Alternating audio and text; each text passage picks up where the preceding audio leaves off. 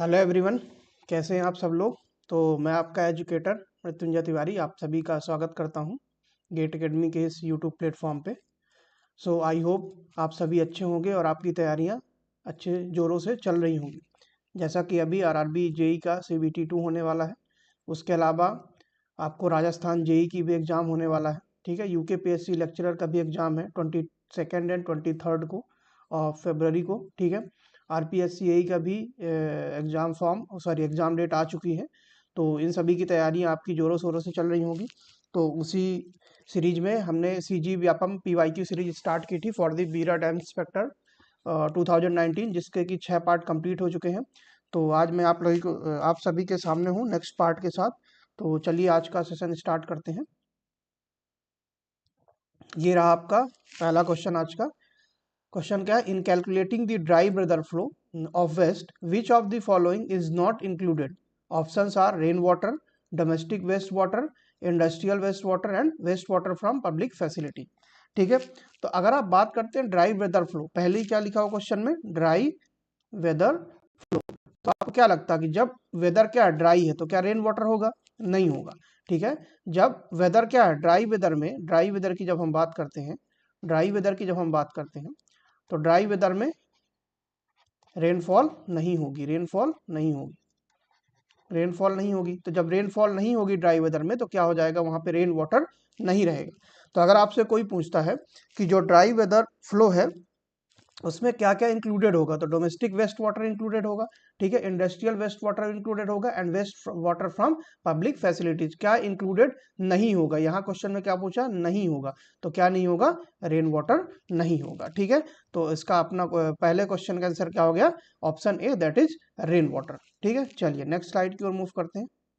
अगला क्वेश्चन क्या आपका, the special type of drain trap provided at the junction of house drain with the public sewer और सेप्टिंग tank. ठीक है, जब हम क्या बनाते हैं कि जब आपका हाउस ड्रेन होता है, उस हाउस ड्रेन को जो अपना पब्लिक सीवर होता है उससे जब हम कनेक्ट करते हैं तो वहां पे एक क्या देते हैं, ट्रैप प्रोवाइड करते हैं। ठीक है, या फिर अपना जो हाउस सीवर ड्रेन है उसको सेप्टिक टैंक से जब हम जोड़ते हैं तो वहां पे जो जंक्शन होता है, जंक्शन में क्या देते हैं, हम एक ट्रैप प्रोवाइड करते हैं। उस ट्रैप को क्या बोलते हैं, उस ट्रैप को हम क्या बोलते हैं, इंटरसेप्टिंग ट्रैप। क्या बोलते हैं हम, इंटरसेप्टिंग, क्या बोलते हैं, इंटरसेप्टिंग ट्रैप, इंटरसेप्टिंग। तो इंटरसेप्टिंग ट्रैप का प्राइमरी पर्पज क्या हो जाएगा, पहला आप इसको देते कहाँ, आपने देख लिया कि house drain in the junction of house drain and the public sewer, या फिर house drain and the septic tank का जहां पे जंक्शन होगा वहां पे हम क्या देंगे, इंटरसेप्टिंग ट्रैप। तो इंटरसेप्टिंग ट्रैप का जो प्राइमरी पर्पज होता है, पहला पर्पज क्या होता है कि जो फाउल गैसेस है उनको आने से रोकता है, जो भी प्रिवेंट फाउल गैसेस, कहां से, foul gases from public sewer, from from public sewer और septic tank, from public sewer और सेप्टिक टैंक। ठीक है, सेप्टिक टैंक फ्रॉम एंटरिंग कहाँ एंटर करने से रोकती है, from entering house drain.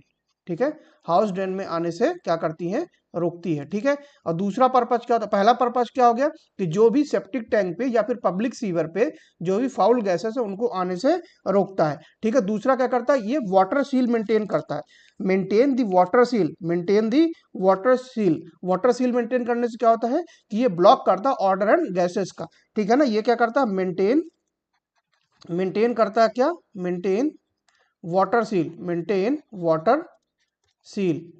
Water seal to block क्या ब्लॉक करता है, to block odour and gases, odours and gases. इसको ब्लॉक करने के लिए ये क्या करता है, वाटर सील बनाता है, इंटरसेप्टिंग ट्रैप। बाकी भी देख लेते हैं, जैसे अपने पास क्या एक गली ट्रैप है, नेक्स्ट क्या अपने पास एक गली ट्रैप। तो हम देख लेते हैं गली ट्रैप क्या होता है।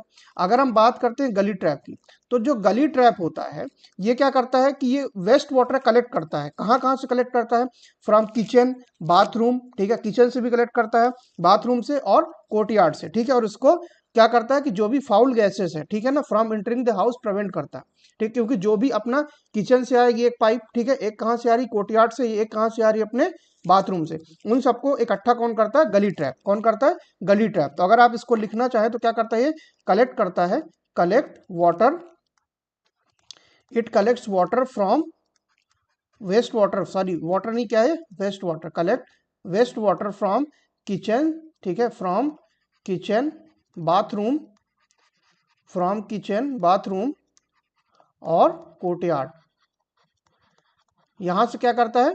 इन सबको कलेक्ट करता है एंड प्रिवेंट, क्या करता है? And prevent, prevent foul gases, prevent foul gases from from entering the house, from entering the house. ये किसका काम होता है? गली ट्रैप का। नेक्स्ट अपने पास क्या है? अगला ट्रैप कौन सा है? नेक्स्ट ट्रैप क्या है? Floor trap. क्या है? Floor trap. ये आप सभी ने देखा होगा। फ्लोर ट्रैप कहाँ पे लगा होता है? किचन में, मतलब या बाथरूम की फ्लोर में। जो भी फ्लोर्स में ट्रैप लगे होते हैं उन्हें क्या बोलते हैं हम? Floor trap. फ्लोर ट्रैप क्या करते हैं कि जो भी पानी उसको पास करते हैं, कहाँ से? बाथरूम से हो गया या फिर अपना किचन से हो गया, कहीं से भी जो फ्लोर लेवल पे जो ट्रैप होता है उसको क्या बोलते हैं? फ्लोर ट्रैप होता है। ठीक है, ये क्या होता है कि ये इंस्टॉल्ड होते हैं कहाँ पे? इसके बारे में बोलेंगे। ये क्या? Installed in floors, installed in floors to collect, to collect, क्या करते हैं? To collect waste water, to collect waste water from bathroom, from bathrooms और other areas, preventing entry of foul gases, preventing entry of foul gases। तो आप सभी trap में देख रहे होंगे उसका प्राइमरी पर्पज क्या है? To prevent the entry of foul gases. इसके अलावा एक क्या बचता है? Grease trap. कौन सा बचता है? Grease trap. आपको नाम से ही दिख रहा होगा, ये क्या करता है? जो ग्रीस ट्रैप है ये क्या करता है? Use to trap grease and oil. ठीक है ना, ग्रीस एंड ऑयल कहां से आएगी? ग्रीस एंड ऑयल किस वेस्ट वाटर में होती है? From the kitchen. तो जो वेस्ट किचन से आया उससे ये जो अपना ग्रीस एंड ऑयल को क्या करता है? ट्रैप कर लेता है। ठीक है ना, जहां enter from the sewer system, sewer system में वेस्ट वाटर जाने के पहले ये ग्रीस एंड ऑयल को ट्रैप कर लेता है। ठीक है ना, ये क्या करता है? Used to trap, used to trap grease and oil, used to trap grease and oil from kitchen waste before entering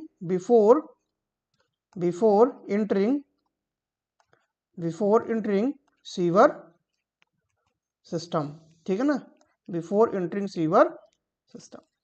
कहने का मतलब क्या हो गया? अपने पास 4 ट्रैप थे, हमने चारों देख लिए।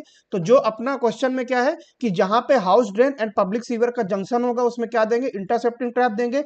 उसके अलावा गली ट्रैप क्या है? गली ट्रैप आपने देखा होगा कि जो भी वेस्ट वाटर आ रहा है किचन, बाथरूम और बाकी जगहों से उनको कलेक्ट करता है। ठीक है, और उसका एक और पर्पज क्या होता है? To prevent the entry of foul gases from entering the house. दूसरा क्या होता है? फ्लोर ट्रैप होता है। फ्लोर ट्रैप आपने देखा होगा बाथरूम में या फिर अलग एरियाज में, जो किस लेवल पे होता है? फ्लोर लेवल पे लगा होता है, और वो पानी को कलेक्ट करता है। ठीक है, कहां से? फ्लोर से कलेक्ट करता है और उसको कहां ले जाता है? गली ट्रैप में लेके जाता है। ठीक है, इसका भी एक पर्पज होता है, मेन पर्पज, कि ये क्या करता है? To entry of foul gases को क्या करता है? प्रिवेंट करता है। ठीक है, ग्रीस ट्रैप क्या होता है? ये ट्रैप करता है ग्रीस एंड ऑयल, कहां से आती है? जो किचन वेस्ट से आती है, और उसको रोकता है कहां एंटर होने से? मेन सीवर में, सीवर सिस्टम में। तो इसका आंसर क्या हो जाएगा? इसका आंसर हो जाएगा intercepting trap, that is D option. ठीक है, चलिए नेक्स्ट क्वेश्चन की ओर मूव करते हैं। अगला स्लाइड क्या है कि जिसके लिए हम ये पढ़ रहे हैं इतनी सारी चीजें। ठीक है, तो क्या है? जो सीजी व्यापम का पोस्ट आने वाली है, जो कि नोटिफाइड हो चुकी है, कहाँ पे? न्यूज़पेपर में कई जगहों पे आ चुकी हैं, जो कि आएंगी, गारंटीड है आएंगी। तो उसके लिए गेट एकेडमी की तरफ से कोर्स है 777 का। तो अगर आप इंटरेस्टेड हैं तो गेट एकेडमी की वेबसाइट विजिट करेंगे तो वहाँ पे ऐप में आपको कुछ फ्री कंटेंट मिलेगा, उसको आप देख के डिसाइड कर सकते हैं और कोर्स को परचेज कर सकते हैं। सेम तरीके से आरपीएससी एई का प्री का भी कोर्स अवेलेबल है 777 पे। So if you are interested you can visit the GATE academy website और app, and after seeing the free content there you can decide and enroll for the courses। ठीक है, चलिए next question क्या है? a certain district of a city has a projected population of 50,000, find the dry weather flow for the sewer line if the rate of water supply per capita per day is 120 liter and 72% of water supply reaches in sewer as waste water। ठीक है, ये ऐसे लिखा। ठीक है, चलिए तो यहाँ पे क्या है अपने पास, क्या क्या दिया हुआ है यहाँ पे। सबसे पहले देख लेते हैं हम गिवन क्या क्या है। गिवन की अगर हम बात करते हैं तो गिवन क्या अपने पास, पहली चीज क्या दी है, पॉपुलेशन। क्या दिया है, पॉपुलेशन। पॉपुलेशन कितना है, 50,000। पॉपुलेशन कितनी है अपनी, 50,000। उसके अलावा क्या दिया हुआ है कि वाटर सप्लाई क्या दी हुई है, वाटर सप्लाई। वाटर सप्लाई कितनी है, 180 litre per capita per day. यही दिया हुआ है, पर कैपिटा पर डे। आप देख सकते हैं पर कैपिटा पर डे। ठीक है, पर कैपिटा मतलब पर ह्यूमन, जितना पॉपुलेशन उससे मल्टीप्लाई हम कर देंगे। अगली चीज क्या दी हुई है कि 72% ऑफ वाटर क्या हो रहा है, 72% ऑफ वेस्ट वाटर। जो भी 72% of water supply, 72% of water supply जो है, 72% ऑफ वाटर सप्लाई कहां पे जा रहा है, सीवर में पहुंच रहा है। ठीक है, चलिए तो आपको निकालना क्या है, ड्राई वेदर फ्लो। तो अगर इसके लिए हम बात करते हैं तो सबसे पहले आप क्या देखेंगे कि अगर 180 litre per capita per day क्या है, वाटर सप्लाई है, तो टोटल वाटर सप्लाई क्या हो जाएगी यहां से, टोटल वाटर सप्लाई। अगर हम बात करते हैं किसकी, टोटल वाटर सप्लाई की, तो कितनी हो जाएगी, टोटल कितनी है, 180 litre per capita per day है। तो कैपिटा किससे मल्टीप्लाई है, पॉपुलेशन, तो क्या हो जाएगी 50,000। तो किसमें आ जाएगी 180 लीटर पर डे। किसमें आ जाएगी 180 लीटर पर डे। आपका आंसर किसमें दिख रहा है सभी, लीटर पर सेकेंड में। तो इसको चेंज कर दो किसमें, लीटर पर सेकेंड में। तो यहां से क्या आ जाएगा, डिवाइड बाई। ठीक है, डिवाइड बाई क्या हो जाएगा, 24 मल्टीप्लाइड बाई 60 मल्टीप्लाइड बाई 60। तो ये किसमें आ जाएगा, लीटर पर सेकेंड। किसमें आ जाएगा, लीटर पर सेकेंड में आ जाएगा। ठीक है, तो इसको अगर आप सॉल्व करेंगे, क्या है 180 multiplied by 50,000, 180 multiplied by 50,000 divide by 24 multiplied by 60 multiplied by 60, that gives you 104.16। क्या आ जाएगा, 104.16 लीटर पर सेकेंड। ठीक है, तो आपको दिख रहा होगा ऑप्शन में ये भी है, बट ये आंसर नहीं है। क्यों, क्योंकि ये टोटल वाटर सप्लाई है, बट सीवर में कितना जा रहा है, 72% ऑफ वाटर सप्लाई। ठीक है, तो अगर कोई पूछेगा DWF ड्राई वेदर फ्लो कितना हो जाएगा, 72% ऑफ 104.16। इसका वैल्यू क्या हो जाएगी, इसको कर दो 72%, 0.72 से मल्टीप्लाई करो तो क्या आ जाएगा, 75 लीटर पर सेकेंड। 75 लीटर पर सेकेंड, ये क्या हो जाएगा, अपना आंसर हो जाएगा। ठीक है, तो इस क्वेश्चन में हमने क्या देखा कि अपने पास पॉपुलेशन दी थी, ठीक है, एंड वाटर सप्लाई दी थी कितनी, 180 litre per capita per day. तो हमने क्या किया, पहले पॉपुलेशन से किसको मल्टीप्लाई कर दिया, पर कैपिटा वाटर सप्लाई से। अगर एक इंसान 1 लीटर पानी एक दिन में यूज करता है तो एक दिन में 50,000 लोग कितना पानी यूज करेंगे, तो किसमें आ जाएगा, लीटर पर डे में आ जाएगा। अब लीटर पर डे को हमें चेंज करना पड़ा किसमें, लीटर पर सेकेंड में, क्योंकि ऑप्शन में आंसर किसमें दिया है, लीटर पर सेकेंड में। तो अगर पर डे को पर सेकेंड में, अगर एक दिन में कोई चीज इतनी है तो एक सेकेंड में क्या करेंगे, डिवाइड बाई 24/60/60 करेंगे। ठीक है, तो उससे क्या आ जाएगा अपना, पर सेकेंड में आएगा। तो यहां से लीटर पर सेकेंड में आ गया, तो लीटर पर सेकेंड में क्या आ गया, 104.16। ठीक है, तो यहां पे कई लोग क्या करेंगे कि अगर ऐसे आएगा दिखा ऑप्शन में लगा देंगे, बट ऐसा नहीं है। आपको क्या निकालना, ड्राई वेदर फ्लो। अगली लाइन में लिखा हुआ 72% of water supply reaches in sewer as a waste water. तो इसका केवल 72% ही कहा जाएगा, अपने वेस्ट वाटर या सीवर में जाएगा। तो आंसर यहां से क्या जाएगा, 75 लीटर पर सेकेंड। ठीक है, तो आई होप आपको ये समझ में आया होगा। इसका आंसर क्या हो जाएगा, ऑप्शन बी हो जाएगा। ठीक है, चलिए नेक्स्ट की ओर मूव करते हैं। अगला क्वेश्चन क्या अपना, temporary hardness in water is caused due to the presence of, ठीक है, सल्फेट्स, क्लोराइड्स, बाइकार्बोनेट्स, नाइट्रेट्स। ठीक है, अगर हम बात करते हैं किसकी, हार्डनेस की, तो हार्डनेस अपने पास क्या होती है, दो हार्डनेस होती है। पहली कौन सी होती है, कार्बोनेट हार्डनेस, दूसरी क्या होती है, नॉन कार्बोनेट हार्डनेस। दोनों की एक बार थोड़ी बात कर लेते हैं। तो पहली क्या है, कार्बोनेट हार्डनेस। कार्बोनेट हार्डनेस को हम टेम्परेरी हार्डनेस भी बोलते हैं। क्या बोलते हैं, टेम्परेरी हार्डनेस। ठीक है, carbonate hardness is also called as temporary hardness. अब अगर हम बात करते हैं कार्बोनेट हार्डनेस की, कार्बोनेट हार्डनेस किसके कारण होती है? कार्बोनेट हार्डनेस होती है ड्यू टू कार्बोनेट और बाई कार्बोनेट ऑफ आयंस। ठीक है, ये किसके कारण होती है? Due to carbonate, due to carbonates और bicarbonates, due to carbonates and bicarbonates of ion. ठीक है, आपको पता होगा कैल्शियम एंड मैग्नीशियम आयन। ठीक है, तो क्या होता है? Carbonates and bicarbonates of calcium and magnesium. ठीक है, इसको रिमूव कैसे करते हैं? अगर हम इसकी बात करते हैं तो ये क्या होता है? इजिली रिमूव्ड हो जाता है। क्यों? क्योंकि ये टेम्परेरी हार्डनेस है। तो temporary hardness easily removed by simple boiling, by simple boiling, by simple boiling और एडिशन ऑफ और बाई एडिशन ऑफ लाइम। ठीक है, और बाई एडिशन ऑफ लाइम। ठीक है, कहने का मतलब कि जो अपनी पहली हार्डनेस है दैट इज कार्बोनेट हार्डनेस, उसको हम टेम्परेरी हार्डनेस भी बोलते हैं। ये क्या होती है? Due to the carbonates and bicarbonates of ion. आपको पता होगा कैल्शियम एंड मैग्नीशियम। ठीक है, जो मेजर कंस्टिट्यूएंट्स होते हैं। उसके अलावा क्या है? सेकेंड पॉइंट यह है कि that temporary hardness can easily be removed by simple boiling और एडिशन ऑफ लाइम। सेकेंड हम बात करते हैं, सेकेंड अपनी कौन सी हार्डनेस होती है? सेकेंड हार्डनेस की बात करते हैं तो अपनी जो दूसरी हार्डनेस है that is non carbonate hardness. उसको हम क्या बोलते हैं? परमानेंट हार्डनेस भी बोलते हैं। क्या बोलते हैं? Permanent hardness.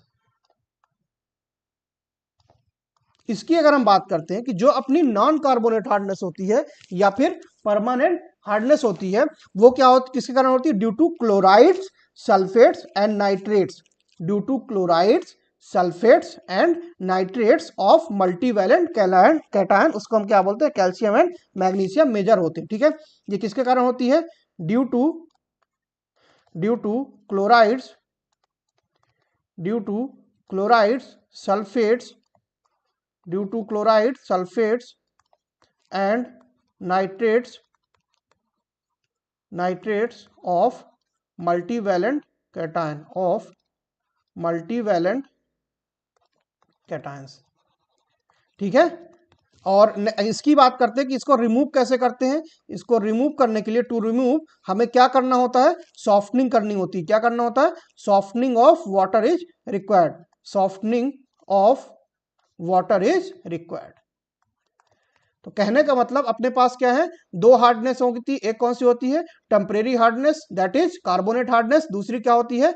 Non carbonate hardness that is permanent hardness. तो टेम्परेरी हार्डनेस क्या होती है? Due to carbonates and bicarbonates of ion that is magnesium and calcium, और उसको रिमूव इजिली कर सकते हैं बाई सिंपल बॉइलिंग और एडिशन ऑफ लाइम से। दूसरी क्या होती है? नॉन कार्बोनेट हार्डनेस या फिर परमानेंट हार्डनेस, वो किसके कारण होती है? Due to chloride, sulphates and nitrates of multivalent cations, और इसको रिमूव करने के लिए हमें सॉफ्टनिंग करना होता है। तो क्वेश्चन किसका पूछा था? Temporary hardness is cause due to presence of bicarbonates. Answer क्या हो जाएगा? Answer C, that is bicarbonates. अगला क्वेश्चन ये भी आ सकता है कि परमानेंट हार्डनेस किसके कारण होती है, तो यहाँ पे क्या हो जाएगा? ए, बी एंड डी हो जाएगा। ठीक है, वो किसके लिए है? आपको दिख रहा होगा सल्फेट्स, ठीक है, क्लोराइड्स एंड नाइट्रेट। कहां पे? ये परमानेंट हार्डनेस में। ठीक है, चलिए, आई होप आपको ये समझ में आया होगा। मूव करते हैं नेक्स्ट स्लाइड की ओर।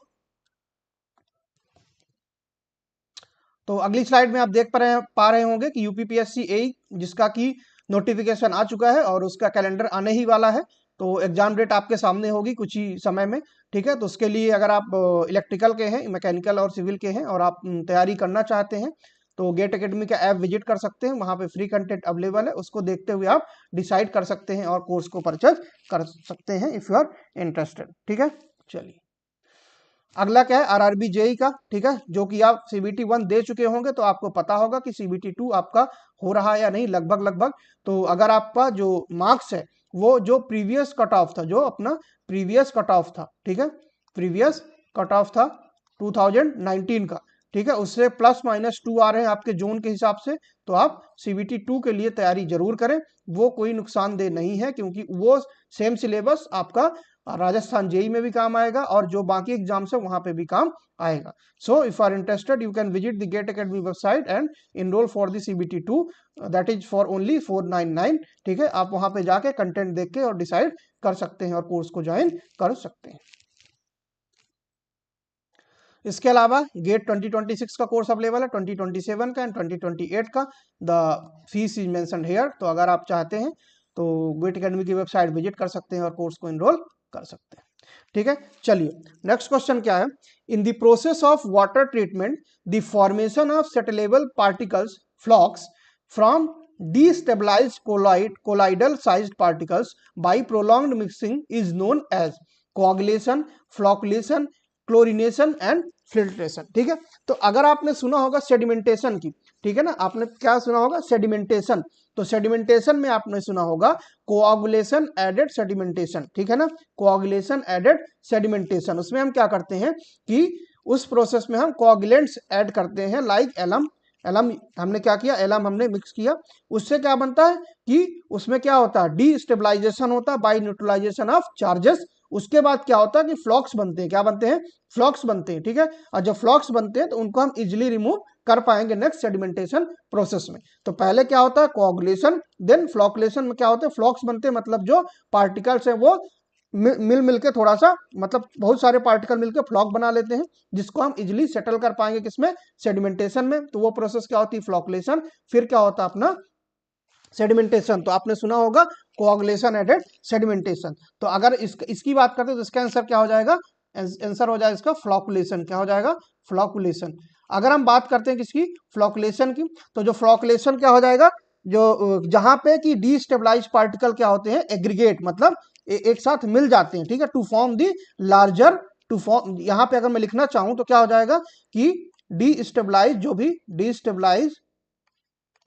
डीस्टेबलाइज्ड पार्टिकल्स, ठीक है, क्या करते हैं, एग्रीगेट्स, ठीक है, to form aggregates, to form, क्या फॉर्म करते हैं, to form larger settleable particles, larger सेटलेबल्स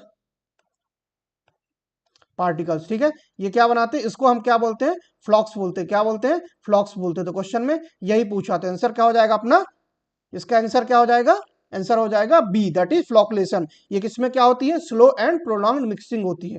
ठीक है ना, अगर कोई बात करता है तो कौन कौन सी होती है, स्लो एंड प्रोलॉन्ग्ड मिक्सिंग। ठीक है, जो फ्लॉक्स बनने की प्रोसेस है वो क्या होती है, through slow and prolong mixing. तो ये सारे क्वेश्चन आपके पास आ सकते हैं कि मिक्सिंग पूछ सकता है। ठीक है, तो यहाँ पे पूछा तो पहला आंसर क्या हो जाएगा, फ्लॉक्स। ठीक है, ये क्या करता है, इसके कारण क्या होता है कि जब ये फ्लॉक्स बन जाते हैं तो ये क्या करता है, इसको इजिली हम रिमूव कर सकते हैं किसमें, जो अगली प्रोसेस है sedimentation and filtration. Sedimentation and filtration की प्रोसेस में हम जो भी ये सेडिमेंट है उनको हम इजिली, जो भी पार्टिकल्स इनको हम रिमूव कर सकते हैं। इसके अलावा अगर हम देख लेते हैं जो भी ऑप्शन, अगला ऑप्शन क्या है, कोआगुलेशन। तो एक बार सारे ऑप्शन हम देख लेते हैं। तो नेक्स्ट क्या है अपना, कोआगुलेशन। ठीक है, क्या है, कोआगुलेशन।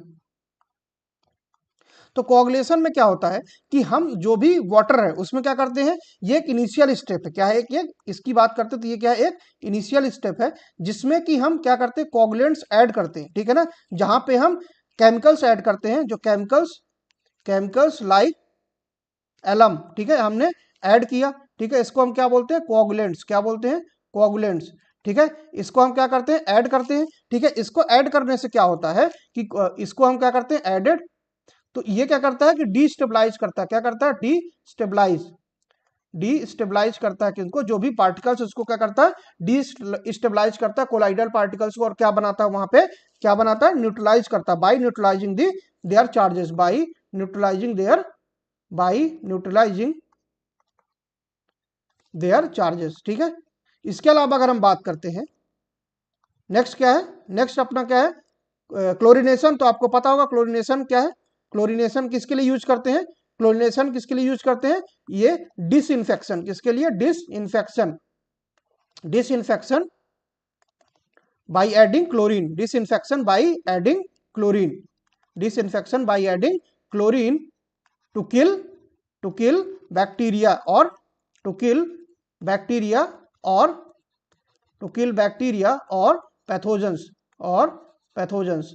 ठीक है, उसको क्या बोलते हैं, ये क्या है, क्लोरिनेशन है। नेक्स्ट क्या अपने पास, फिल्ट्रेशन है। क्या है, फिल्ट्रेशन। तो आपको फिल्ट्रेशन का पता होगा कि फिल्ट्रेशन में हम क्या करते हैं, फिल्टर लगा के जो अपना क्या है, फिजिकल रिमूवल ऑफ इम्प्योरिटीज। क्या करते हैं, physical removal of impurities, physical removal of impurity, removal of impurities, ठीक है, बाई किसके through, by filter, by filter. तो आपका आंसर यहाँ पे क्या हो जाएगा, इसका आंसर हो जाएगा फ्लोकुलेशन। क्या हो जाएगा इसका आंसर, फ्लोकुलेशन, ठीक है। तो आई होप आपको चारों ऑप्शन समझ में आ गए होंगे। कोआगुलेशन क्या होता है, फ्लोकुलेशन क्या होता है, क्लोरीनेशन क्या होता है, फिल्ट्रेशन क्या होता है, ठीक है। तो आपको ये सारे चारों ऑप्शन पता होने चाहिए, ठीक है। चलिए आगे की ओर मूव करते हैं।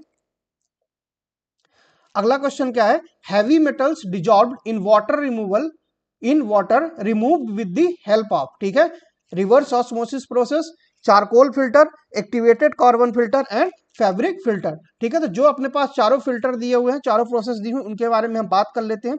तो पहला क्या अपने पास, reverse osmosis, reverse osmosis process. तो जब हम रिवर्स ऑस्मोसिस प्रोसेस की बात करते हैं, तो जो अपने पास रिवर्स ऑस्मोसिस प्रोसेस है, ये क्या करता है, यही क्या करता है, जो हैवी मेटल्स जो होते हैं, डिजॉल्व होते हैं पानी में, उसको रिमूव करने में हेल्प करते हैं, ठीक है ना। तो इसमें हम क्या बोलेंगे कि ये इफेक्टिव होता है, effective in removal of, effective in किसमें, रिमूवल ऑफ जो heavy metal dissolve, heavy metals, heavy metals dissolve in water, ठीक है ना। कौन कौन से मेटल्स हो सकते हैं, अगर आप मेटल की बात करेंगे तो कौन कौन से हो जाएंगे अपने पास, लेड हो गया, मान लो आर्सेनिक हो गया, या फिर मरकरी हो गया, ये सारे किस्म होते हैं वाटर में डिजॉल्व होते हैं, उसको रिमूव करता कौन, रिवर्स ऑस्मोसिस प्रोसेस। इसके अलावा रिवर्स ऑस्मोसिस प्रोसेस में एक पॉइंट आपको याद रखना है कि ये क्या यूज करता है, सेमी परमिएबल मेम्ब्रेन यूज करता है। ये क्या करता है, इट यूजेस, यूजेस क्या यूजेस करता है, semi permeable membrane, semi permeable, semi permeable membrane को क्या करता है, ये यूज करता है किसके लिए, to separate the impurities, to separate the impurities, to separate the impurities, ठीक है। इम्प्योरिटीज को सेपरेट करने के लिए क्या यूज करता है, सेमी परमिएबल मेम्ब्रेन यूज करता है, ठीक है। चलिए तो ये क्या हो गया, ये क्या हो गया अपना रिवर्स ऑस्मोसिस प्रोसेस। इसमें क्वेश्चन में यही पूछा कि रिवर्स ऑस्मोसिस प्रोसेस ही क्या करता है, जो हैवी मेटल्स डिजॉल्व होते हैं वाटर में, उसको रिमूव करता है with the help of semipermeable membrane to separate the impurities by applying the pressure, ठीक है। अगला क्या है, चारकोल फिल्टर। तो अगर आप बात करते हैं किसके, नेक्स्ट ऑप्शन की, अगला ऑप्शन क्या है, चारकोल फिल्टर। अगर हम बात करते हैं क्या है, चारकोल फिल्टर। अगर हम चारकोल फिल्टर की बात करते हैं, तो जो अपना चारकोल फिल्टर है, ठीक है, तो आपको नाम से ही दिख रहा होगा कि ये क्या करता है, इफेक्टिव होता है इन removing organic compound order and chlorine, ठीक है ना। ये किसमें इफेक्टिव होता है, effective, effective for removing, for removing, main क्या होता है इसका, ऑर्गेनिक कंपाउंड्स। मेन किसको रिमूव करता है, ये ऑर्गेनिक कंपाउंड्स, किसको रिमूव करता है, ऑर्गेनिक कंपाउंड्स, ठीक है ना। Orders and chlorine, orders and chlorine, इसको रिमूव करता है, ठीक है। नेक्स्ट अगर हम बात करते हैं, तो अगला क्या अपने पास, नेक्स्ट क्या है, एक्टिवेटेड कार्बन फिल्टर। अगला ऑप्शन क्या है, activated carbon, activated carbon filter. तो अगर हम बात करते हैं एक्टिवेटेड कार्बन फिल्टर की, तो आपने पढ़ा होगा कि ये किसके लिए प्राइमरली यूज होता है, this is primarily use for absorbing organic pollutants. जो भी ऑर्गेनिक पॉल्यूटेंट्स है, इनको क्या करता है, ये एब्जॉर्ब करता है, कौन, अपना एक्टिवेटेड, अपना जो एक्टिवेटेड कार्बन फिल्टर है, ये क्या करता है, एब्जॉर्ब करता है, ठीक है। प्राइमरली यूज किसके लिए होता है, टू एब्जॉर्ब, टू एब्जॉर्ब, क्या एब्जॉर्ब करता है, organic, organic, to absorb organic pollutants, to absorb organic pollutants. Organic pollutants को क्या करता है, एब्जॉर्ब करता है, और इंप्रूव क्या करता है, improve taste and odour, and improving, improving taste, improving taste and odour, ठीक है। और अगला क्या है कि एक्टिवेटेड कार्बन फिल्टर को, इसको हम लिमिटेड एबिलिटी होती, इट हैज लिमिटेड एबिलिटी। अगर इसी क्वेश्चन में अगर पूछते हैं, it has limited ability, it has, ये इंपॉर्टेंट पॉइंट है, लिमिटेड एबिलिटी, किसकी लिमिटेड एबिलिटी होती है, to remove heavy metals, to remove heavy, to remove heavy metals, ठीक है। तो अगर पूछता है, इसमें ऑप्शन में पूछता कि ऐसे कौन सा फिल्टर है जिसमें लिमिटेड एबिलिटी होती है to remove the heavy metals, तो क्या हो जाता है अपना एक्टिवेटेड कार्बन फिल्टर। नेक्स्ट अपना क्या है, फैब्रिक फिल्टर। अगला क्या है अपने पास, लास्ट क्या है, फैब्रिक फिल्टर। तो फैब्रिक फिल्टर आप सभी ने सुना होगा, ये क्या करता है, सस्पेंडेड, ये किसके लिए होता है, यूज्ड टू रिमूव किसके लिए यूज होता है, सस्पेंडेड, क्या रिमूव करता है, सस्पेंडेड पार्टिकल्स और डस्ट। ये आपने कहाँ पढ़ा होगा, नॉइस पॉल्यूशन में पढ़ा होगा फैब्रिक फिल्टर। तो इसका आंसर क्या हो जाएगा कि जो हैवी मेटल्स जो होते हैं dissolved in water, that is remove with the help of reverse osmosis process. क्या हो जाएगा, रिवर्स ऑस्मोसिस प्रोसेस। ठीक है, चलिए आगे मूव करते हैं। अगला क्वेश्चन क्या है, कंसीडर द बिलो स्टेटमेंट्स। पहला क्वेश्चन क्या है, पहला स्टेटमेंट क्या है, intermediate vertical stiffeners are provided in plate girder to eliminate wave buckling, बिल्कुल सही बात है। दूसरा क्या है, intermediate vertical stiffeners are provided in plate girder to prevent excessive deflection, ये तो बात सही नहीं लग रही। ठीक है, चलिए तो एक बार हम देख लेते हैं कि जो अपना स्टिफनर्स हम देते हैं, क्या देते हैं, एज पर द रिक्वायरमेंट। अगर हम बात करते हैं कि as per the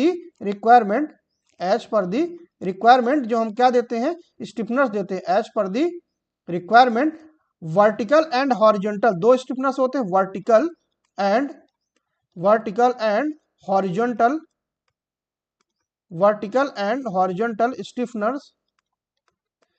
स्टिफनर्स are provided.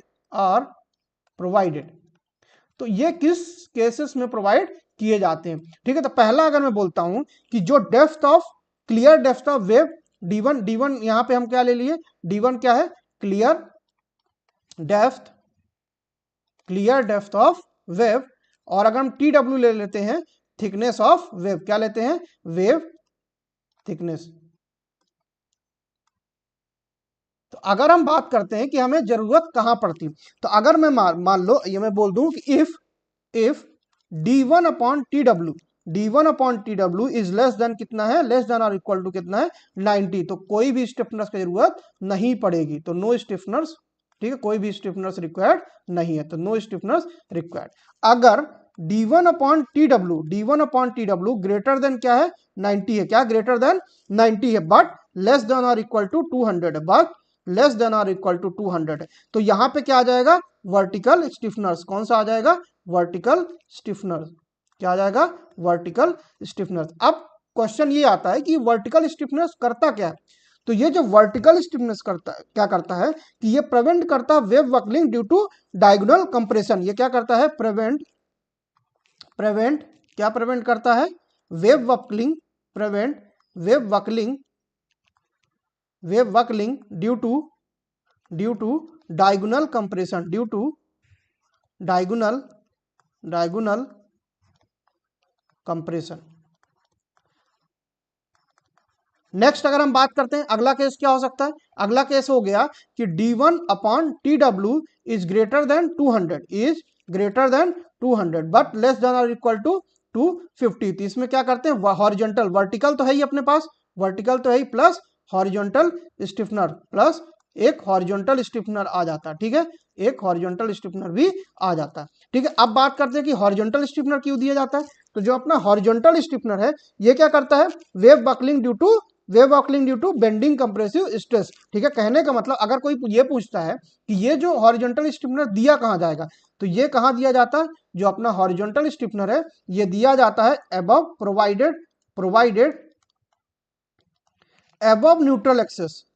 Above neutral axis दिया जाता है एट कंप्रेशन फ्लेंज, कहां पे दिया जाता है, कंप्रेसिव फ्लेंज में। ठीक है ना, जो अपना क्या है, हॉरिजॉन्टल स्टिफनर है वो कहां पे दिया जाता है, कंप्रेशन फ्लेंज में, above neutral axis, that is compression flange में देते हैं हम, क्या देते हैं, अपना हॉरिजॉन्टल स्टिफनर। अब ये क्या करता क्या है, टू प्रिवेंट, ये क्या करता है, प्रिवेंट वेव बकलिंग, ये भी क्या करता है, वेव बकलिंग प्रिवेंट करता है ड्यू टू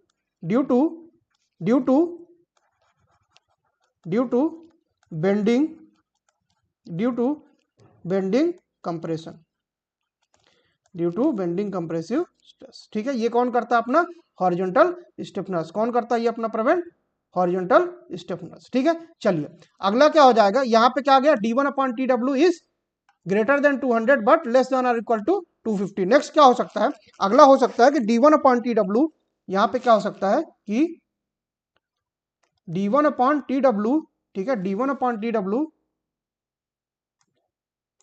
ठीक है, d1 अपॉन टी डब्ल्यू क्या हो जाएगा, ग्रेटर देन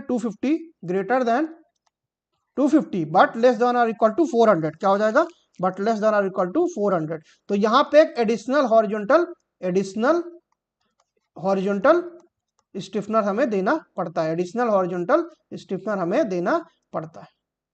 ठीक है, तो यहाँ पे क्या हो जाएगा, एक vertical stiffener plus 2 horizontal stiffener हमें देना पड़ेगा। ठीक है, इसके अलावा अगर हम बात करते हैं, ये क्या करता है, जो अगर हमने एक और जो हॉरिजॉन्टल स्टिफनर दिया है, ये भी क्या करेगा, ये प्रिवेंट करेगा वेव बकलिंग। कहां पे, जो भी स्पेस बिटवीन वर्टिकल स्टिफनर्स है, जो भी स्पेस बिटवीन वर्टिकल स्टिफनर्स है, ठीक है, उनको क्या करेगा, वेव बकलिंग प्रिवेंट करेगा। ठीक है, ये क्या करेगा, प्रिवेंट वेव बकलिंग, ये क्या करेगा, ये किसके लिए दिया है, प्रिवेंट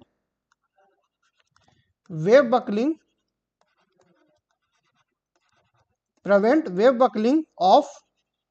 ऑफ वेव बिटवीन, किसके बिटवीन में, जो भी हमने वर्टिकल स्टिफनर्स दिए उनके बीच में जो भी बकलिंग है उसको क्या करेगा, प्रिवेंट करेगा। ठीक है, नेक्स्ट अगर हम बात करते हैं कि अगर d1 upon T W greater than 400 है, ठीक है, इधर लिख देते हैं, अगर d1 upon T W greater than 400 है, तो क्या करना पड़ेगा, हमें सेक्शन को रीडिजाइन करना पड़ेगा। सेक्शन क्या करना पड़ेगा, रीडिजाइन करना पड़ेगा। कहने का मतलब जो अपनी क्या है विड्थ वो इंक्रीज करनी पड़ेगी, जो वेब की थिकनेस है वो हमें बढ़ानी पड़ेगी। ठीक है, तो यहाँ पे आपने क्या देखा कि जो अपने को स्टिफनेस देने हैं, ये क्वेश्चन आपके आए हुए हैं। ठीक है, सबसे ज्यादा जो क्वेश्चन आया हुआ है वो ये क्वेश्चन आया हुआ है। ठीक है, इस क्वेश्चन को कई बार पूछा गया है और एक बार ये क्वेश्चन भी आ चुका है। ठीक है, तो आपको ये चीजें याद रखनी है। तो पहली चीज क्या याद रखनी है कि जो अपना इंटरमीडिएट वर्टिकल स्टिफनेस है वो किसके लिए दिया जा रहा है, यहाँ पे आप देखें, वेव बकलिंग के लिए। ठीक है, तो पहला क्या है, अगर d1 upon T W less than और इक्वल टू 90 है तो कोई स्टिफनेस की जरूरत नहीं है। अगर d1 upon T W greater than 90 है बट लेस देन और इक्वल टू 200 है तो हमें केवल वर्टिकल स्टिफनर लगेगा। अगर d1 upon T W greater than 200 है बस लेस देन और इक्वल टू 250 है तो आपको एक वर्टिकल और एक हॉरिजॉन्टल स्टिफनर लगेगा। तो जो पहले केस में वर्टिकल स्टिफनर लग रहा था वो किसके लिए, क्या प्रिवेंट कर रहा था, wave buckling due to diagonal compression. जो सेकंड केस में अभी लगा है हॉरिजॉन्टल स्टिफनर, वो क्या प्रिवेंट कर रहा है, ये कहां पे दिया जा रहा है, ये अबव द न्यूट्रल एक्सिस, कहां पे, कंप्रेशन फ्लेंज में। ये क्या प्रिवेंट करेगा, wave buckling due to bending compressive stress के कारण जो भी वेव बकलिंग आएगी उसको प्रिवेंट कौन करेगा, ये हॉरिजॉन्टल स्टिफनर। अगर d1 upon T W greater than 250 हो जाए बट लेस देन और इक्वल टू 400 हो तो वहां पे एक और हॉरिजॉन्टल स्टिफनर आ जाएगा, मतलब एक वर्टिकल और 2 हॉरिजॉन्टल स्टिफनर। तो ये जो हॉरिजॉन्टल स्टिफनर एक और दिया गया, किसके लिए दिया गया है, कि जो भी वेव है बिटवीन दी वर्टिकल स्टिफनर के बीच में जो वेव है वहां पे वेव बकलिंग प्रिवेंट करेगा कौन, ये जो एक्स्ट्रा हॉरिजॉन्टल स्टिफनर दिया गया। ठीक है, तो यहाँ पे आपका आंसर क्या हो जाएगा कि जो प्लेट गर्डर के बीच वेव बकलिंग है उसको प्रिवेंट करेगा, बट डिफ्लेक्शन की कोई बात नहीं हो रही। तो यहाँ पे स्टेटमेंट ए क्या हो जाएगा, statement A is correct but statement B is wrong. तो क्या हो जाएगा, ऑप्शन ए हो जाएगा। तो इसका ऑप्शन कौन सा हो जाएगा, ए हो जाएगा। ठीक है, आई होप आपको ये समझ में आया होगा। ये आपको पूरा याद रखना है क्योंकि इससे क्वेश्चंस कई बार आ चुके हैं। ठीक है ना, ये फर्स्ट सेकंड थर्ड केस तो सबसे ज्यादा इंपॉर्टेंट, फर्स्ट सेकंड थर्ड, इससे क्वेश्चन कई बार आ चुके हैं। चलिए आगे मूव करते हैं। तो आपको पता है जैसा कि हर सेशन में हम बात करते हैं कि यहाँ पे बुक्स अवेलेबल है गेट एकेडमी की तरफ से।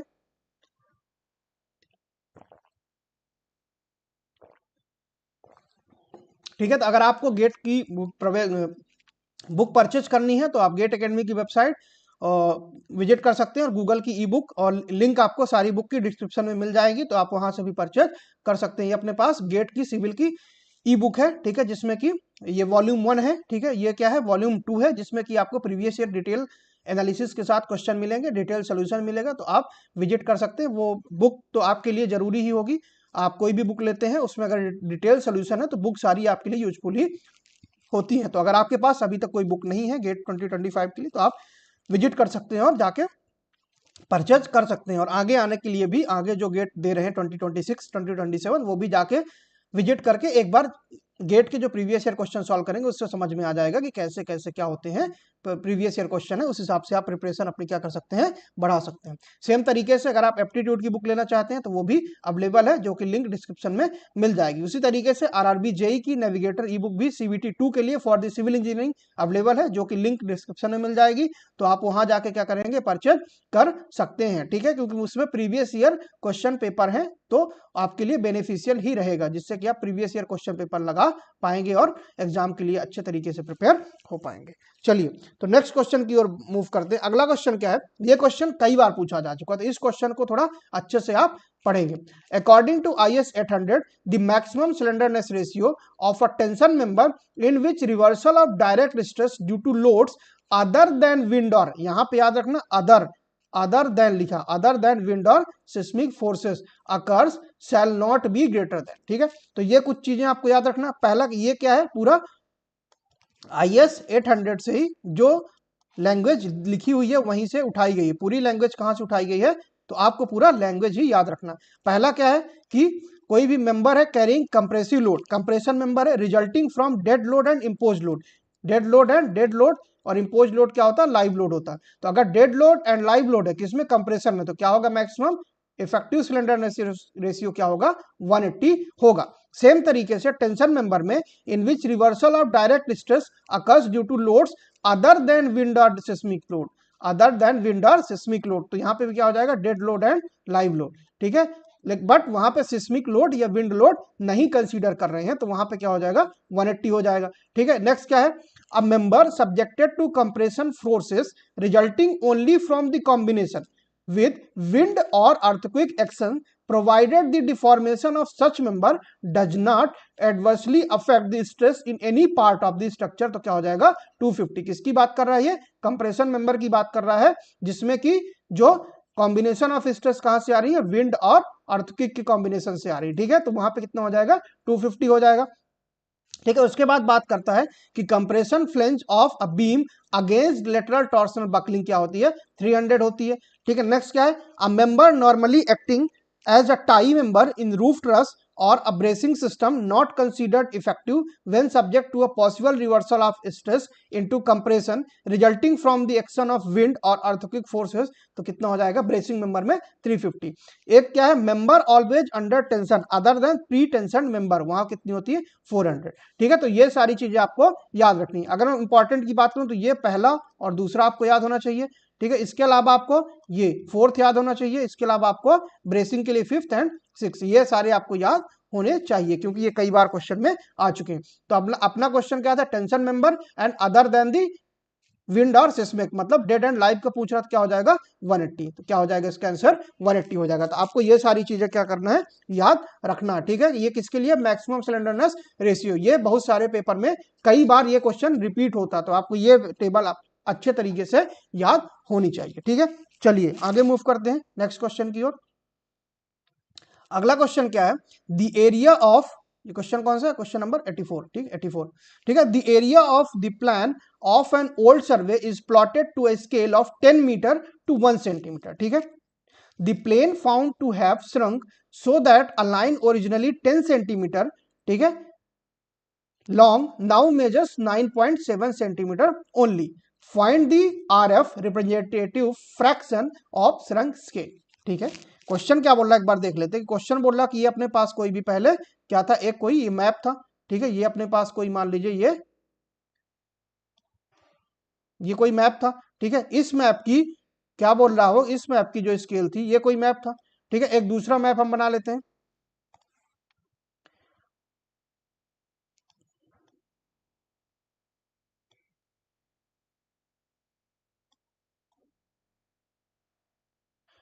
चलिए, तो अपने पास पहला मैप था, उसमें स्केल क्या थी, 1 centimetre equal to 1 centimetre is equal to 10 metre.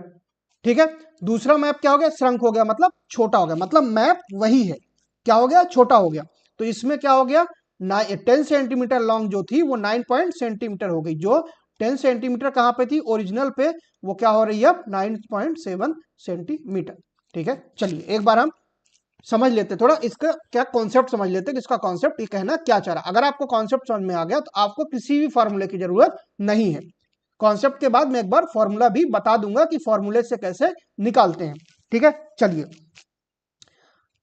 आपने देखा कि ये मैप ए है जो कुछ समय पहले था, ये मैप बी है जो कि अब कुछ समय बाद है।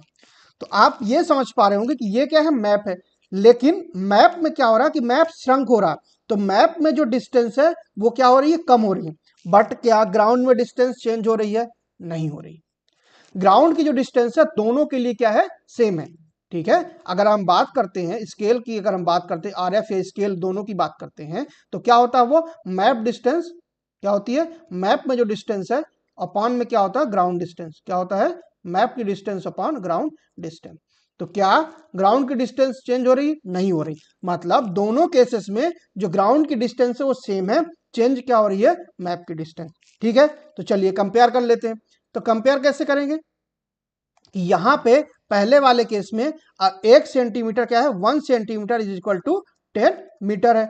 ठीक है, और यहां पे क्या हो जाएगा, यहां पे क्या हो जाएगा थोड़ा सा अलग हो जाएगा। तो अगर यहां पे किसमें दिया 10 सेंटीमीटर की दिया, तो हम इसकी क्या बात कर लेते हैं 10 सेंटीमीटर की बात कर लेते हैं। तो 10 से अगर 1 सेंटीमीटर इक्वल टू 10 मीटर है, तो 10 सेंटीमीटर इक्वल टू क्या हो जाएगा 10 मल्टीप्लाइड बाई 10, तो क्या हो जाएगा 100 मीटर हो जाएगा। ठीक है, लेकिन आपको ये याद रखना है कि ये जो 10 सेंटीमीटर की लाइन है, ये जो 10 सेंटीमीटर की लाइन है, अब वो कितनी हो चुकी है 9.7 सेंटीमीटर, कितनी हो चुकी है 9.7 सेंटीमीटर। बट क्या ग्राउंड में डिस्टेंस चेंज हुई है, नहीं चेंज हुई है।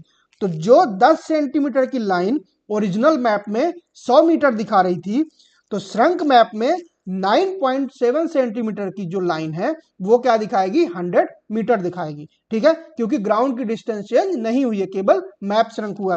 तो ये यहां से क्या आ जाएगा 9.7 सेंटीमीटर इज इक्वल टू क्या हो जाएगा 100 मीटर ऑन कहां पे ग्राउंड पे, कहां पे ग्राउंड पे।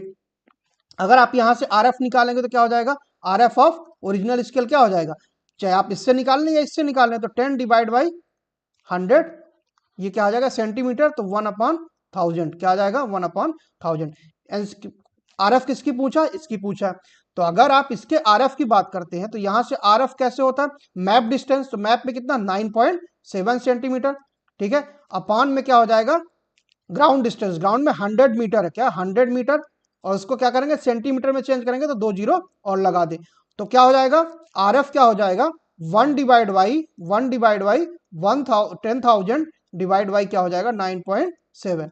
तो आरएफ हम 1/बाई में हमेशा लिखते हैं 1/, में तो यहां से क्या आ जाएगा 1/बाई। अगर आप देखते हैं 10,000 upon 9.7, 10,000 divide by 9.7, that is 1030.93 आ रहा। ठीक है, 1/1030.93, तो ये अपना क्या हो जाएगा आंसर हो जाएगा।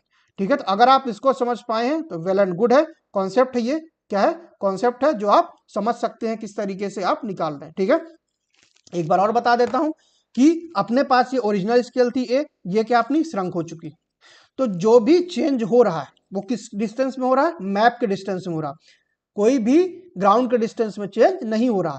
तो जो ग्राउंड की डिस्टेंस पहले थी वो अभी भी सेम है, चेंज किस में हो रहा केवल मैप में। तो हम देख लेते हैं कि यहाँ पे 1 सेंटीमीटर इक्वल टू कितना था 10 मीटर के बराबर, 1 centimetre on map is equal to 10 metre on ground. ठीक है, तो जो यहाँ पे 10 सेंटीमीटर की लाइन थी अब यहाँ पे क्या होगी 9.7 की सेंटीमीटर की। तो हम देख लेते हैं कि जो ओरिजिनल में 10 सेंटीमीटर की लाइन थी वो 100 मीटर दिखा रही थी। ठीक है, तो अब जब मैप श्रंक हो गया तो जो 10 सेंटीमीटर की लाइन थी वो वही सेम लाइन 9.7 की हो चुकी है, तो वो ग्राउंड में उतना ही डिस्टेंस दिखाएगी, दूसरी डिस्टेंस नहीं दिखाएगी। तो क्या हो जाएगी 9.7 सेंटीमीटर इक्वल टू 100 मीटर हो जाएगी। तो यहां से आप आरएफ निकालेंगे map distance that is 9.7 divide by 100 metre, तो यहां से आरएफ क्या आ जाएगा 1/1030.93, जो कि आपका ऑप्शन क्या है सी है। ठीक है, अब फॉर्मूले से एक बार सॉल्व कर लेते हैं। ठीक है, अगर आपको इससे समझ में नहीं आया तो हम एक बार क्या कर लेते हैं फॉर्मूले से भी इसको सॉल्व करने की कोशिश करते हैं।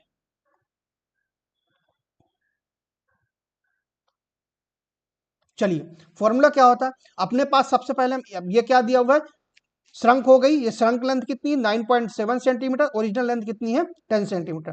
तो हम सबसे पहले क्या निकालते हैं श्रिंकेज फैक्टर, क्या निकालते हैं जो अपना श्रंक हुआ है श्रिंकेज फैक्टर। श्रिंकेज फैक्टर क्या होता है श्रंक लेंथ, क्या होती है shrunk length upon original length, shrunk length upon original length.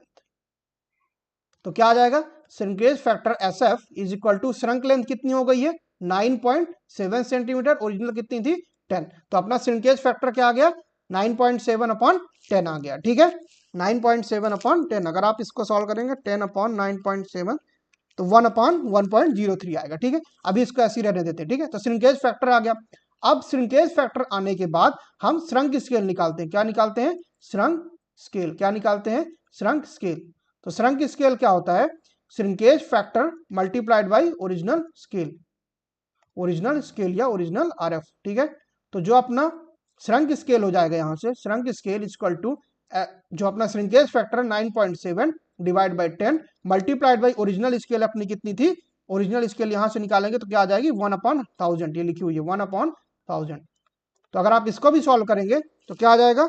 10/9.7 solve कर दिया हमने, मल्टीप्लाइड बाई 1000 तो क्या आ गया? 1030.93। तो 1/1030.93। तो ये अपना क्या हो जाएगा? आंसर हो जाएगा। ठीक है, दोनों केसेस में आपको आंसर क्या मिलेगा? सेम मिलेगा। तो इसका आंसर क्या हो जाएगा?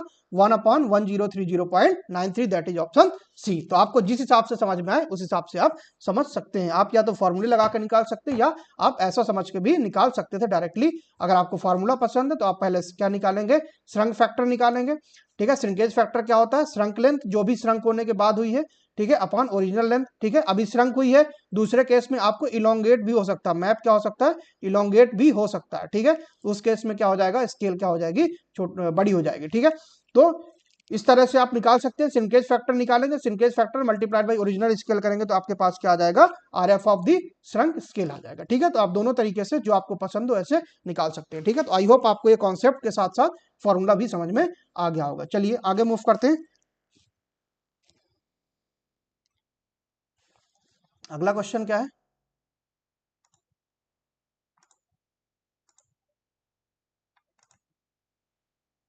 चलिए अगला क्वेश्चन अपने पास, according to according to IS 383/2016, the aggregate impact value for good quality aggregate to be used in surface course of pavement shall not exceed। चलिए, तो जिसने भी ये सीरीज पूरी देखी है तो आप खुद से बताइए क्वेश्चन कितनी बार रिपीट हो चुका है? मेरे हिसाब से 4 टाइम सेम क्वेश्चन आ रहा है। ठीक है, कहने का मतलब एक में उन्होंने क्या पूछा था? Aggregate crushing value. क्या पूछा था? Aggregate crushing value. यहां पे क्या पूछ रहे हैं? Aggregate impact value.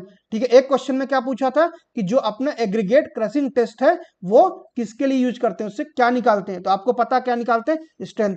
तो इस क्वेश्चन को मैं 4 बार डिस्कस कर चुका हूं, एक बार और कर लेते हैं। अगर आपने प्रीवियस सेशन नहीं देखे हैं तो आप जाके प्रीवियस सेशन देख सकते हैं।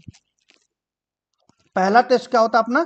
Crushing test. क्या होता है? Aggregate crushing test. वो किसके लिए यूज होता है? For strength. क्या निकालते हैं उससे? फॉर स्ट्रेंथ निकालते हैं। अब अगर हम बात करते हैं वैल्यू की, जो एग्रीगेट क्रशिंग वैल्यू है should not be greater than 30% for the surface course, for the surface course. Surface course के लिए ये वैल्यू क्या नहीं होनी चाहिए? किससे ज्यादा नहीं होनी चाहिए? 30% से। And should not be greater then 45% for the bearing course, for the bearing या फिर बोलो base, for the base course. ठीक है, बेस कोर्स के लिए क्या नहीं होनी चाहिए? किससे ज्यादा नहीं होनी चाहिए? 45% से ज्यादा बेस कोर्स के लिए नहीं होनी चाहिए। ठीक है, सेकंड अगर हम बात करते हैं, जो अपना सेकंड है क्रशिंग के अलावा क्या जो पूछा इसमें? इंपैक्ट। तो क्या होता है? एक इंपैक्ट टेस्ट होता है। क्या होता है? इंपैक्ट। तो आपको पता चल रहा होगा इंपैक्ट मतलब किसके लिए? For the toughness. किसके लिए यूज करते हैं? फॉर दी टफनेस के लिए यूज करते हैं। ठीक है, तो अगर आप इंपैक्ट की बात करते हैं तो अपनी aggregate impact value should not be greater than 30% for the surface course, ठीक है, and it should not be greater then 35% for the base course. इसके अलावा नेक्स्ट अगर हम बात करते हैं, जो अपने पास क्या है? अगला क्या है? इंपैक्ट के बाद क्या आता है अपना? नेक्स्ट आता है अपना एब्रेशन टेस्ट। क्या आता है? एब्रेशन टेस्ट किसके लिए यूज करते हैं? For wear and tier. इससे क्या निकालते हैं? For wear and tier. ठीक है, तो अगर हम बात करते हैं एब्रेशन की, तो जो अपनी एब्रेशन वैल्यू है ये भी should not be greater than 30% for the surface course, and abrasion value should not be greater than 50% for the base course. ठीक है, तो कहने का मतलब आपको 3 वैल्यू याद रखनी है। आपने इसी पेपर में, एक ही पेपर में देखा आपने कि 4 बार सेम क्वेश्चन तरीके से रिपीट हो रहा है इन्हीं 3 पॉइंट से। तो आपको पहला पॉइंट याद रखना है कि पहला टेस्ट एग्रीगेट का क्या? Crushing test. उससे क्या निकालते हैं? स्ट्रेंथ निकालते हैं। दूसरा क्या? Impact test. उससे क्या निकालते हैं? हम टफनेस निकालते हैं। तीसरा क्या? Abrasion test. उससे फॉर वियर एंड टियर के लिए करते हैं। ठीक है, उसके बाद वैल्यू की बात करते हैं, क्रशिंग की बात करते हैं, तो अपनी एग्रीगेट क्रशिंग वैल्यू है एंड एग्रीगेट इम्पैक्ट वैल्यू है एंड एब्रेशन वैल्यू है, ये तीनों फॉर दी सरफेस कोर्स के लिए 30% ज्यादा नहीं होनी चाहिए। उसके बाद जो आती है बेस कोर्स, तो बेस कोर्स के लिए जो aggregate crushing value should not be greater than 45% for the base course. Impact value, that is aggregate impact value, should not be greater than 35% for the base course and abrasion value should not be greater than 50% for the base course. ये आपको याद रखना, ये मुझे लगता है कुछ ज्यादा ही है, बहुत ज्यादा ही इंपॉर्टेंट क्वेश्चन है, जो कि कई आपको एक ही क्वेश्चन में कई बार देखने को, एक ही पेपर में कई बार देखने को मिल रहा। ठीक है, तो आई होप आपको आज का ये सेशन अच्छा लगा होगा। और ये थे अपने आज के 10 क्वेश्चंस। आपको ये सारा सेशन क्या लगा होगा, आज का सेशन अच्छा लगा होगा। अगर आपको ये सेशन अच्छा लगा है तो आप अपने दोस्तों के साथ शेयर करें, सेशन को लाइक करें। ठीक है, और ऐसे ही साथ में मिलकर तैयारी करते रहें। और आपका ये 10 क्वेश्चन और बचे हैं इसके, तो इसको कंप्लीट करेंगे। उसके बाद अगर हम स्टार्ट करेंगे तो आरआरबी जेईई का प्रीवियस ईयर क्वेश्चन 1 या 2 दिन में फिर हम स्टार्ट कर देंगे, या फिर और भी कोई एग्जाम का कुछ होगा तो हम वो स्टार्ट जरूर करेंगे। ठीक है, तो ऐसे ही आप लोग देखते रहें। ठीक है, सेशन को प्यार देते रहें और अपने दोस्तों के साथ शेयर करते रहें। Till then, thank you so much, stay tuned for more updates. Thank you.